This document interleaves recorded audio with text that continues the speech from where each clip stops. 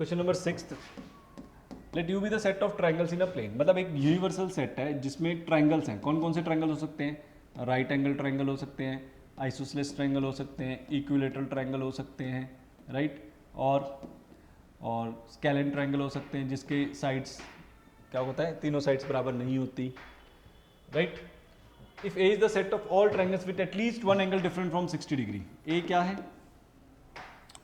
At least one angle, simple सी बात है यार, क्या लग रहा है, at least one angle different from 60 degree.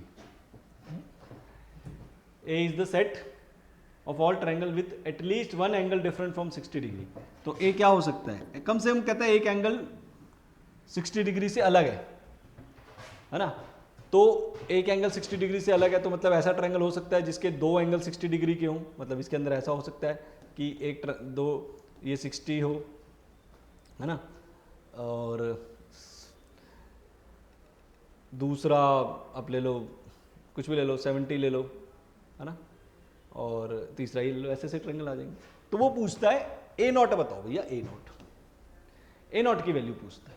अब ए नॉट कौन सी वाली चीजें हैं? ए नॉट वो वाली चीजें होंगी जो ए नहीं होगा। ए नॉट कौन सा हुआ फिर? जिसमें इसने बोला at least one angle different from 60 degree. तो ए वो हुआ, ए ऐसे हो सकता है, तो ए नॉट वो हुआ जो जिसमें कम से कम एक एंगल, सारे कम से कम एक एंगल 60 डिग्री हो। इसने देखो क्या बोला कि कम से कम एक एंगल 60 डिग्री नहीं होना चाहिए, राइट। तो ए नॉट क्या होगा कि सारे के सारे 60 डिग्री डाल दो, है ना। अगर मैं बोलूं ए नॉट बोलूं